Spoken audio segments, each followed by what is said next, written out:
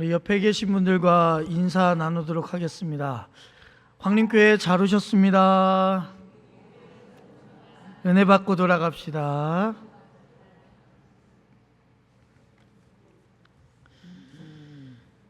한국인의 문화 가운데 가장 두드러진 게 뭘까라고 살펴보면 빨리빨리라는 개념이 참 한국인의 문화 중에 가장 두드러진 것 같습니다. 이 빨리빨리라는 단어를 외국인들이 오기만 하면 가장 먼저 배우는 단어라고 이야기를 해요. 가장 먼저 배우는 단어 중에 많은 것들이 있겠지만 그 중에 하나는 이제 욕을 빨리 배운다고도 하고, 그 다음에 이제 빨리빨리라는 단어를 잘 배운다고 합니다. 그만큼 속도를 우리는 중요하게 여기는 삶을 살아가고 있습니다. 그러다 보니까 모든 일이 좀 빨리빨리 되어야 우리 안에 만족감이 있어요. 음식점에서 음식을 주문할 때도 빨리 달라고 말하는 건 기본이고요. 어떤 일을 부탁할 때도 웬만하면 빨리 처리해줘라고 말하는 게 기본이 되어버렸습니다. 자판기 커피가 나오기도 전에 먼저 컵을 꺼내다가 손을 대인 분들도 분명히 계실 것 같고, 정류장에 버스가 들어서면 기다리지 않고 버스 쪽으로 무작정 달려가시는 분들도 계십니다. 또 젊은 분들은요, 컵라면 좋아하다 보니까 컵라면에 물을 붓고 3분을 기다려야 되는데 그 기다리는 시간이 너무 지루해서 과자처럼 물을 붓고 씹어먹는 분들도 계시고, 마트나 편의점에서 사탕이나 과자를 계산하기 전에 먼저 먹어버리는 경우도 비일비재하죠. 또 노래방에서는요, 남의 노래가 끝나기도 전에 얼른 끊고 자기 노래를 시작하는 문화가 우리 한국 사람 가운데 있습니다. 특별히 우리 스마트폰이라고 하죠. 휴대폰이 예전에는 3G를 썼다가 이제는 4G가 넘어오면서 이동통신사들이 다 속도를 강조하기 시작했습니다. 그래서 LTE라는 명칭으로 속도가 빨라졌는데 요즘에는요 5G까지 나와서 더 속도를 누리게 하는, 그러면서 속도 경쟁이 이동통신사마다 더 치열해지고 있는 현장 가운데 우리는 살고 있습니다. 제가 몇 가지만 예를 들었지만 어마어마한 속도 경쟁 시대에 살고 있음을 우리에게 여실히 보여주는 예가 아닐까 생각합니다. 얼마나 빠른지가 사회적 관심사가 된 이 세상에서, 그러다 보니까 우리는 다른 이들보다 뭔가 빨리 이루고 싶은 마음도 분명히 있어요. 다른 사람보다 빨리 승진하고 싶고, 다른 사람보다 좀 더 빨리 내 집을 마련하고 싶고, 다른 사람들보다 좀 더 빨리 성공하고 싶은 욕구가 우리 안에 있습니다. 하지만 아시다시피 사람 일이 우리 뜻대로 되지 않죠. 누군가 우리를 앞질러 가면 나도 모르게 짜증내기도 하고 시기하는 마음도 들기도 하고 분노하기도 하고요, 조급증을 내기도 합니다. 그런데 오늘 우리에게 성경은요, 속도보다 더 중요한 건 방향이라고 이야기해주고 있단 말이에요. 그래서 오늘 제목처럼 빠름보다 더 중요한 것은 발음이 중요한 거예요. 여러분은 속도보다 방향을, 빠름보다 발음을 추구하는 진짜 그리스도인인지 한번 오늘 말씀을 통해서 생각해 보셨으면 좋겠습니다. 오늘 본문 31절을 한번 읽어볼까요? 읽겠습니다. 그러므로 예수께서 자기를 믿은 유대인들에게 이르시되 너희가 내 말에 거하면 참으로 내 제자가 되고. 아멘. 예수님은요, 모든 말씀을 하실 때마다 이런 표현을 정말 잘 써요. 어떤 표현을 잘 쓰냐면, 예수님은요, 예수님을 모르는 사람에게 말씀하지 않으세요. 예수님을 처음 만나는 사람에게 하나님의 말씀을 전파하지 않으세요. 그럼 누구한테 전파할까요? 예수를 믿는 사람에게 하나님의 말씀을 주시는 거예요. 그러니까 여러분들이 이 자리에 왔다는 것은요, 예수님을 믿고 있기 때문에 하나님의 말씀을 들으려 오신 거예요. 예수님을 믿지 않는다면 이 자리에 있는 게요, 죄송하지만 너무 힘들어요. 그래서 예수님은요, 믿는 사람들에게 말씀하신다고 성경에서 매번 표현하고 있어요. 그래서 성경에서는 분명히 밝히고 있거든요. 주님께서는 오늘도 예수를 믿는 우리들에게 성경을 통해서 동일하게 이야기해 주고 계신다는 사실을 여러분들은 깨달으셔야 됩니다. 그런데 31절에 보니까 이렇게 써 있죠. 후반절에 너희가 내 말에 거하면 참으로 내 제자가 되고 라고 써 있단 말이에요. 자, 이 말에 어떠한 설명이 필요해요, 안 해요? 어떤 문법적인 걸로 이해가 되지 않는 부분이 있으신가요? 없어요. 너무나도 명확하게 성경을 통해서 말씀하셨어요. 너희가 내 말씀에 내 말에 거하면 참으로 내 제자가 된다라고 이야기하신 거죠. 그럼 말씀 안에 거한다라는 게 무슨 뜻일까? 말씀 안에 거한다라는 말은 다른 말로 표현하면 말씀대로 사는 거예요. 이 구절을 영어 성경 버전으로 보며 해석하면 이렇게 써 있어요. 내가 너희에게 말한 그대로 하면 이라고 써 있단 말이에요. 주님의 가르침대로 그대로 살면, 하나님의 말씀을 지키고 그대로 살면, 순종하면 그 사람이 바로 누구라고요? 하나님의 제자, 즉 진짜 그리스도인이 될 수 있다라고 이야기하는 거죠. 여기에 쓰인 거하다라는 표현은요, 머물다, 고정시키다, 뿌리내리다라는 표현이 있습니다. 그러다 보니까 뿌리내리다 하니까 어떤 말씀이 떠오르지 않으십니까? 제가 여러분들에게 신방을 하면서 똑같이 말씀을 전했던 시편 1편 3절 말씀이 떠오르셔야 돼요. 우리 함께 한번 읽어볼까요? 시편 1편 3절 읽겠습니다. 그는 시냇가에 심은 나무가 철을 따라 열매를 맺으며 그 잎사귀가 마르지 아니함 같으니 그가 하는 모든 일이 다 형통하리로다. 아멘. 자, 그 나무는 잎사귀가 마르지 않고 열매를 많이 맺으며 형통하다고 말해요. 어떻게 하면 이런 일이 가능할까? 나무의 종자가 달라요? 그렇지 않아요. 훌륭한 나무인가요? 그렇지 않아요. 나무가 어디에 심겼는지가 가장 중요하다는 말이에요. 그 나무가 어디에 숨겼다고요? 시냇가에 심겼다고 이야기를 하고 있어요. 그러다 보니 철을 따라 늘 열매를 맺는 삶을 살아가게 되는 거예요. 그래서 우리도 마찬가지죠. 시냇가에 심긴 나무처럼 우리도 하나님 말씀이 흐르는 그 시냇가에 우리의 삶이 심겨져야 된다라는 거예요. 그게 바로 우리가 세상 속에서 지내지만 그럼에도 불구하고 세상에 속하지 않고 말씀 안에 거한다라는 말이 바로 이 표현이라는 거예요. 그렇게 말씀 안에 거하면요, 우리 삶의 철을 따라 열매가 맺혀질 것이고 목마르지 않고 모든 삶에 형통한 복이 임할 거라는 이야기가 우리에게 오고 있단 말이에요. 그게 바로 진짜 그리스도인이 추구할 삶이라는 거예요.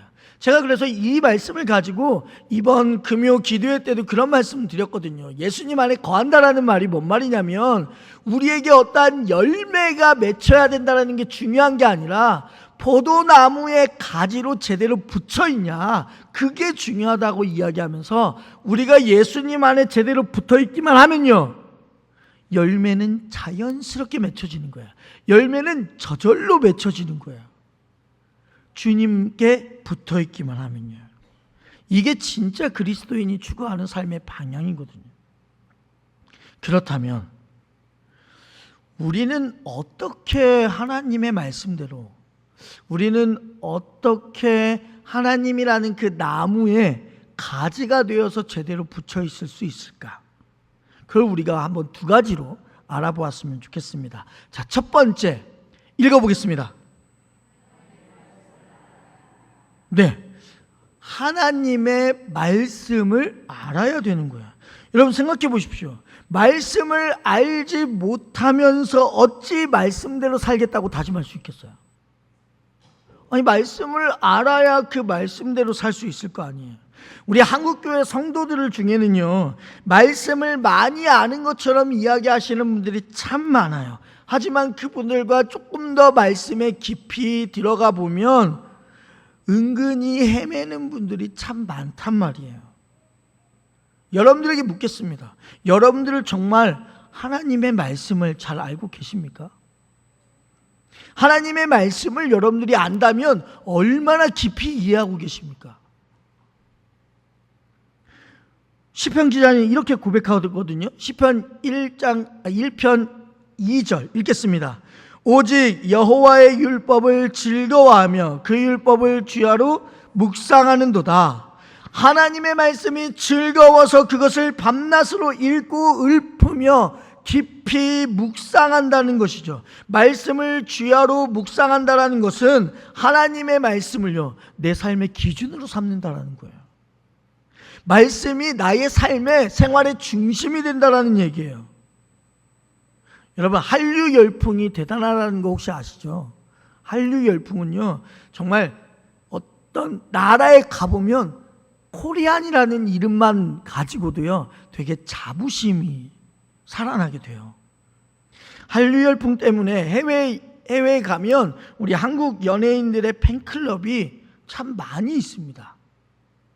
중국이나 일본, 동남아 지역에서는 특별히 더 많거든요. 그러다 보니 그 사람들이 한류 스타의 팬클럽에 가입하기 위해서 얼마나 많은 사람들이 몰리는지 몰라요. 워낙 많은 수가 몰리다 보니까 그 팬클럽을 관리하는 주최 측에서 가입 시험을 본대요. 팬클럽 가입 시험.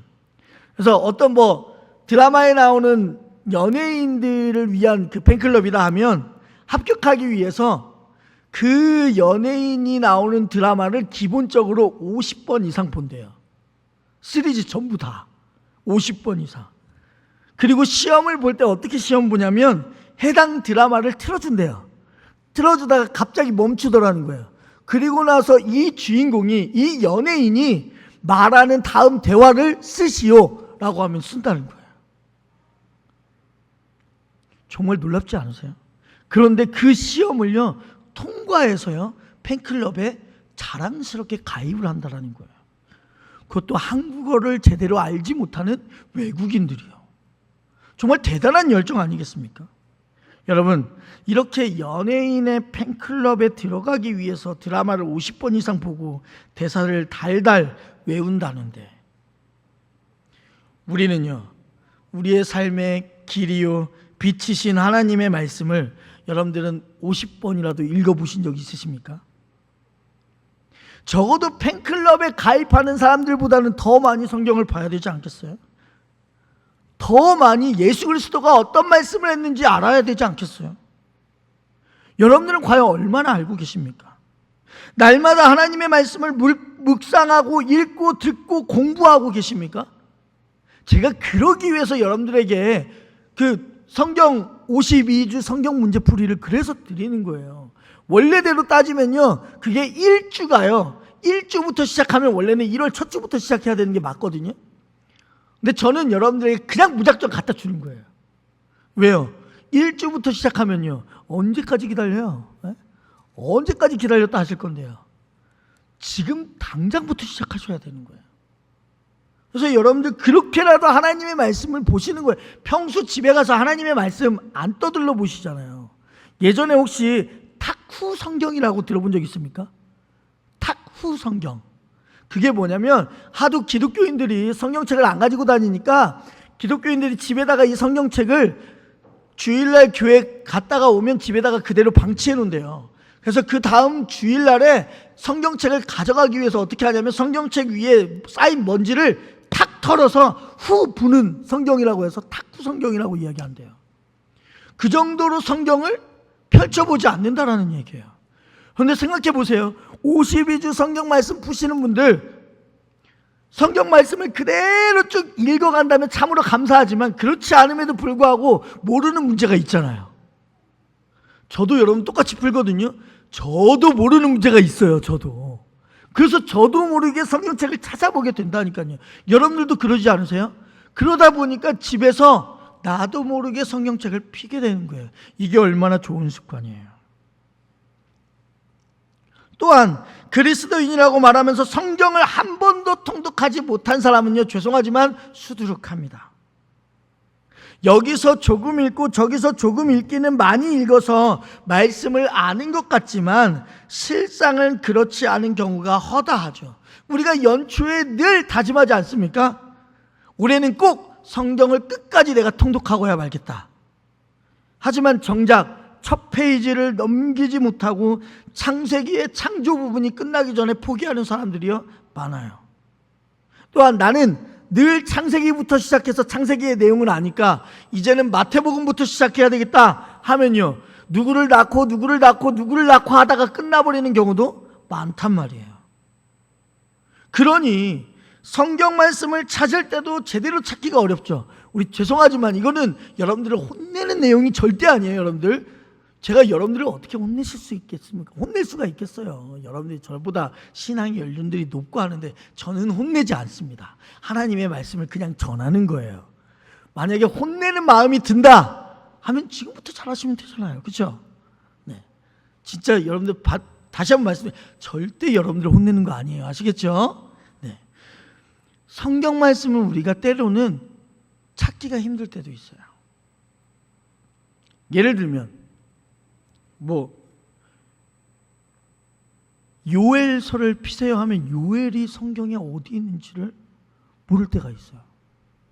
그렇죠? 나훔서를 피세요. 나훔? 그런 게 성경에 있어요? 하시는 분들도 계실지도 몰라요. 이런 현상이 왜 일어나냐면 성경을 잘 안 보니까 그래요. 저도 이러한 경험이 있어요. 제가 전도사가 되고 나서 처음 어른들을 상대로 말씀을 전했을 때가 있어요. 제가 처음 어른들을 상대로 말씀 전했을 때가 어디냐면 여기 전주 안골에 보면 임마누엘 교회라고 하는 교회가 있습니다. 거기에 제가 교육 전도사로 1년간, 그때 당시에 고민영 목사님이라고 하는, 곰인형 말고요, 고민영, 네, 고민영 목사님이라고 하시는 분이 은퇴하시기 직전에 이제 제가 거기에 있었어요. 그래서 거기에서 목사님께서 저에게 오후 예배 설교를 처음으로 맡기셨거든요. 그래서 떨리는 마음에 진짜 열심히 준비했어요. 그날 본문이 에스더서였어요. 그래서 성도들을 향해서 에스더서 몇 장 몇 절을 보겠습니다 라고 말하면서 성경을 펼쳤는데, 그때 당시에 제가 가지고 간 성경책이 제 성경책이 아닌 거예요. 어떤 성경책을 가져갔냐면, 혹시 예전 성경책 중에 여러분 여기 성경 홈 파여 있지 않고 그냥 옛날 성경책 그대로 금색이나 빨간색으로 색칠되어 있는 성경책 있잖아요. 그 성경책을 저도 모르게 긴장된 마음에 가져간 거예요. 그러다 보니 저도 에스더서를 찾는데 찾아지지가 않아요. 목회자인데. 그리고 목회자의 자존심이 있지. 앞에 목차를 보고 찾기가 되게 자존심 상하는 거예요. 그래서 어떻게 해서든지 찾으려고 끝까지 읽었어요. 우리 에스더서 몇 장 몇 절을 찾겠습니다. 에스더서 몇 장 몇 절을 찾겠습니다. 이 말을 한 10번 이상 한 것 같아요. 그런데 성도들은요, 당연히 다 찾고 저만 눈을 똘망똘망하면서 저만 쳐다보고 있는 거예요. 그래서 그 눈빛이 느껴지니까 제가 더 이상 찾을 수가 없는 거예요. 아무리 찾아도 에스더서가 안 나와요. 그래서 목차를 피면서 성도들한테 이렇게 얘기했습니다. 성도님들, 제 성경책에는 에스더가 없는 것 같습니다. 에스더서가 없으신 성경책은 저한테 반납해 주시면 제가 새 걸로 바꿔드리겠습니다 라고 이야기하고 목차를 찾아서 에스더서를 설교한 적이 있단 말이에요. 그날 얼마나 창피했는지 몰라요. 왜요? 신학대 다니는 때였는데, 학교 다닌 때인데도 불구하고 에스더서 하나를 못 찾아가지고 얼마나 창피했는지 몰라요.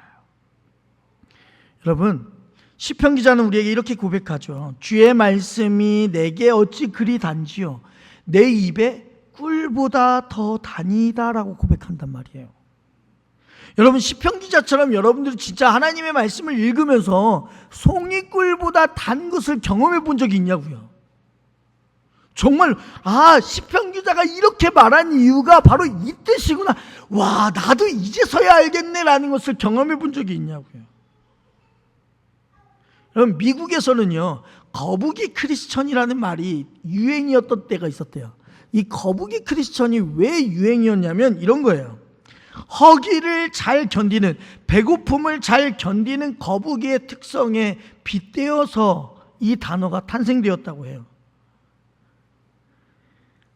새는요, 날아다니는 새는 19일 동안 아무것도 먹지 않아도 살 수 있다고 합니다.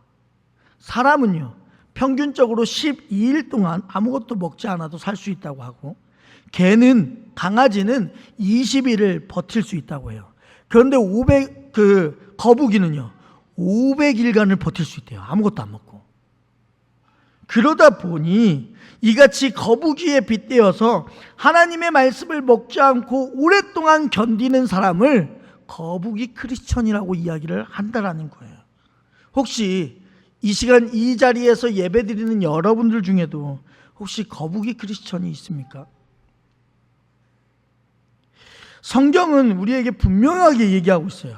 주님의 말씀을 알아야만이 그 말씀대로 살 수 있다고 말한단 말이에요. 하나님의 말씀을 제대로 알지 못하면서 어떻게 우리가 하나님의 말씀대로 살 수 있다라고 결단하며 나아갈 수가 있겠냐 이 말이에요. 그게 우리에게 오늘 말씀을 통해서 주시는 첫 번째 말씀. 그럼 두 번째 말씀은요, 우리 한번 읽어볼까요? 자, 두 번째 한번 읽어보겠습니다. 네, 두 번째 하나님의 말씀대로 사는 방법. 첫 번째가 뭐였다고요? 말씀을 알아야 된다고요. 두 번째로는요, 실천해야 된다라는 거예요.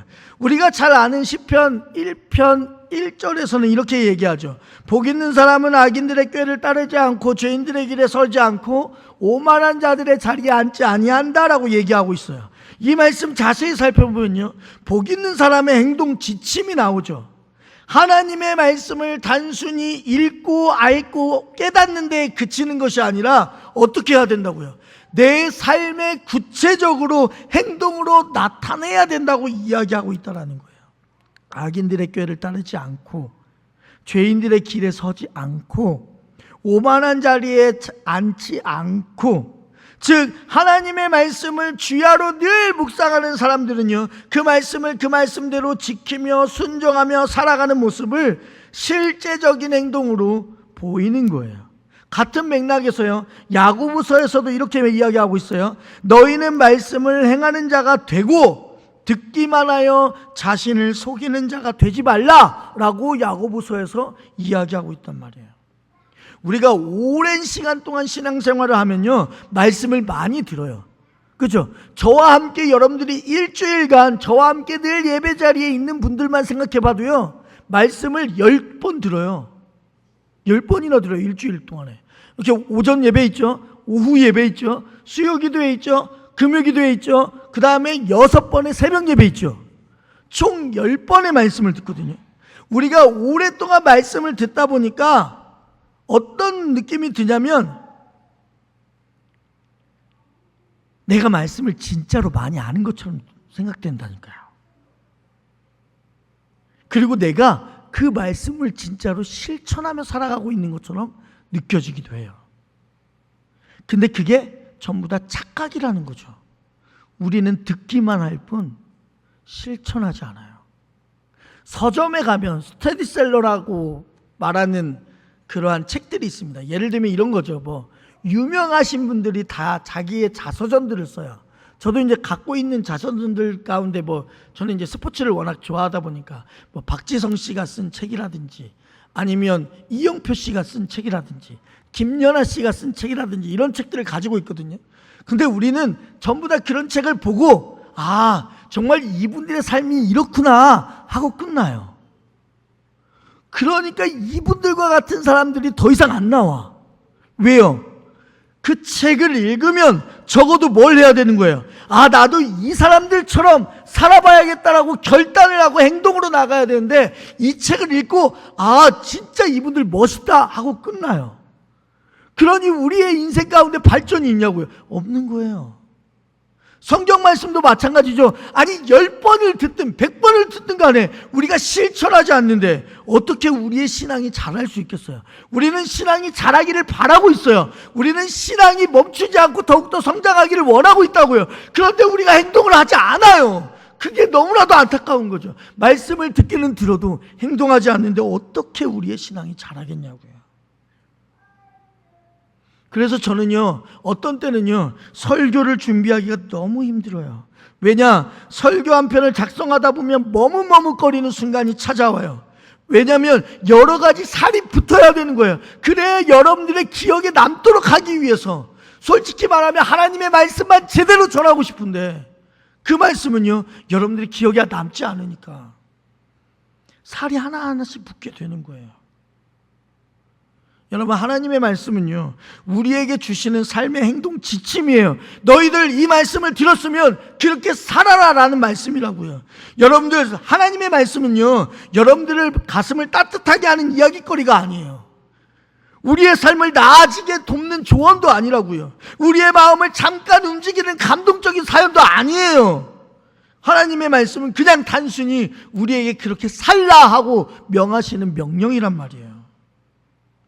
그러니 하나님의 말씀을 우리는 알아야 되고, 알았으면 그걸 그렇게 살 수 있도록 여러분들이 실천해 봐야죠.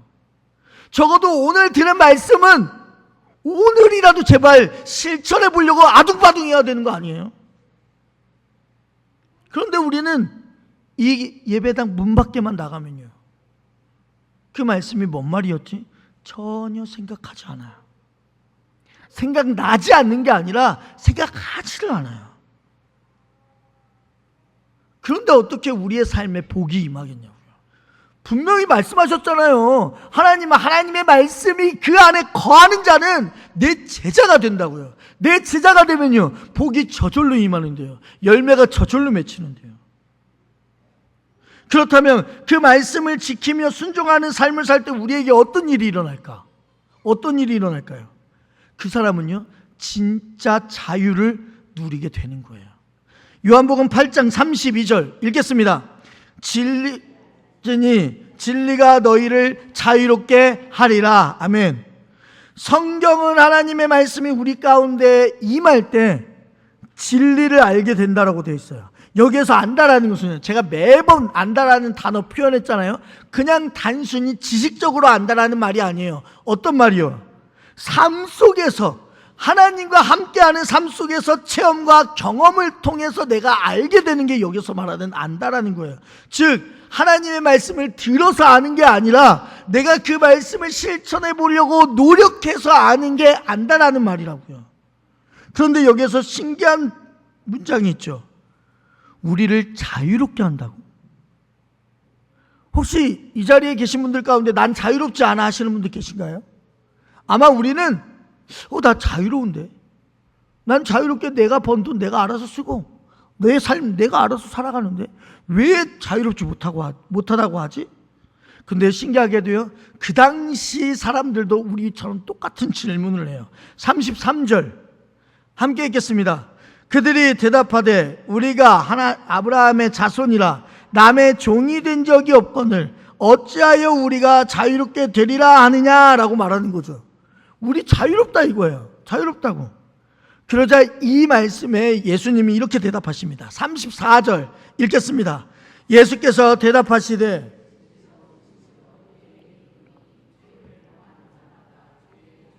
아멘. 주님께서는 뭐라고 말하냐면, 죄를 범하는 자마다 죄의 종이다. 즉, 너희가 죄의 속박 아래 있으면 우리에게는 진정한 자유가 없다라고 얘기하는 거예요. 없다라고. 인정하기 싫겠지만 우리가 죄 가운데 있다면, 여러분, 우리가 죄라는 게 뭐예요? 우리를 올가매고 있는 게 죄잖아요. 어떤 사람들은요, 과거의 상처에 얽매여 있어요. 또는 어떤 사람들은요, 예전에 했던 실패의 기억에서 자유롭지 못해요. 어떤 사람은요, 분노에서 자유롭지 못한 이들도 있어요. 어디 이뿐이겠습니까? 행복조차도 여러분들이 집착하게 되잖아요. 그럼 그게 감옥이 되고요, 그토록 사랑하는 자녀에게 집착하잖아요. 삶을 옥죄는 칼이 될 수 있어요. 또한 우리에게 필요한 정말 소유의 축복도 집착하면요, 그게 때로는 저주가 될 수 있어요. 무엇이든 일단 집착하고 중독하면 우리는 그것에 얽매여 있다라는 거예요. 자유롭지 못하고 있다라는 거예요. 그래서 그러한 우리를 향해 주님이 마지막으로 결론을 내주시는 게 무슨 말씀이냐? 36절 함께 읽겠습니다. 그러므로 아들이 너희를 자유롭게 하면 너희가 참으로 자유로우리라. 아멘. 여기서 아들은 누구예요? 예수님이에요. 예수 그리스도께서 우리 안에 거하실 때 우리의 삶에 진정한 자유가 된다라는 거예요. 근데 예수님께서 어떠한 모습으로 우리에게 나타나셨어요? 말씀으로 임하셨다니까요. 예수님께서는 우리에게 말씀으로 임하셨어요. 그래서 우리 안에 예수님께서 말씀으로 거하실 때야 비로소 우리가 자유로워질 수 있다는 거죠. 예전에 혹시 진품명품이라는 프로그램 아십니까? 옛날에 뭐 고문헌이나 옛날 물품들을 가지고 나와서 가격을 감정받는 그러한 프로그램이었는데, 예전에 진품명품에 나왔던 이야기가 있었어요. 어떤 집에서 대대로 전해 내려오는 가보가 있었대요. 아주 오래된 책자예요, 책자. 그래서 아주 귀한 물건이라는 것만 본인이 알고 있고 그것에 대해서 얼마나 가치 있는지를 모르는 거예요.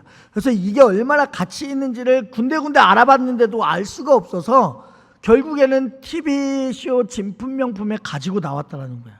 그래서 그 가보의 값어치를 여러 이제 진품을 감정하는 감정사들이 알아보자 이제 마지막에 이 액수가 뜨잖아요.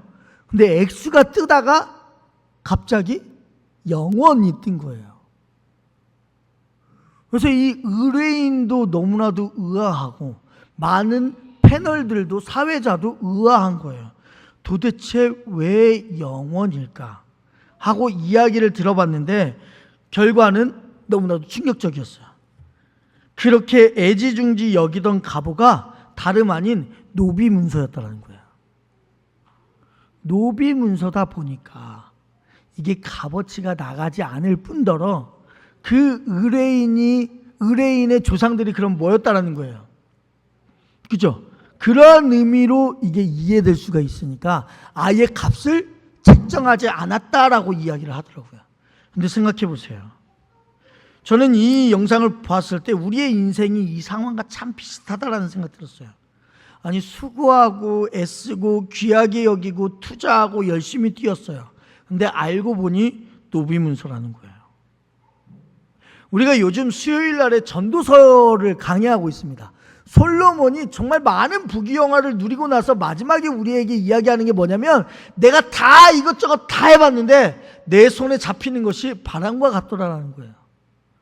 다 헛되고 내가 정말 최선을 다해서 내 온몸을 다해서 내 모든 능력을 다해서 정말 그걸 위해서 열심히 노력해봤는데 알고 봤더니 잡아봤더니 잡혀진 게 하나도 없는 바람과 같더라라는 게 수요 예배 때 늘 전하는 말씀이에요.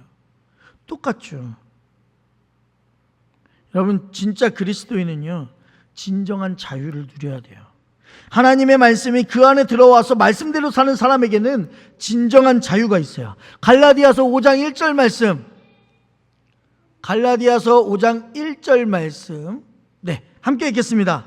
그리스도께서 우리를 자유롭게 하려고 자유를 주셨으니 그러므로 굳건하게 서서 다시는 종의 멍에를 매지 말라. 아멘. 주님이 찾으시는 진짜 그리스도인으로서 여러분들 하나님의 말씀을 알고 하나님의 말씀대로 살며 그 말씀으로 인해서 여러분들이 진정한 자유를 얻기를 바랍니다. 그래서 진짜 그리스도인은요 빠름이 아니라 바름이에요. 바르게 삶을 살아가시는 여러분들이 되시기를 주님의 이름으로 축원합니다. 기도하겠습니다. 사랑의 주님, 우리는 먼저 빠른 삶을 살아가기를 보다 그 빠름을 내려놓고 바르게 삶을 살아가기를 우리의 마음 가운데 임하게 하여 주시옵소서. 속도보다는 방향을 조금 더 신경 써서 나아갈 수 있도록 하나님께서 마련해 주신 제대로 된 도착점에 도착할 수 있도록 인도하여 주시옵소서. 그러기 위해서는 우리가 먼저 말씀을 알고 그 뒤에 말씀을 실천하며 우리의 마음 가운데 진리가 우리를 자유롭게 하기를 원하오니 그 진리를 마음껏 누릴 수 있도록 인도하여 주시옵소서. 예수님의 이름으로 기도드립니다. 아멘.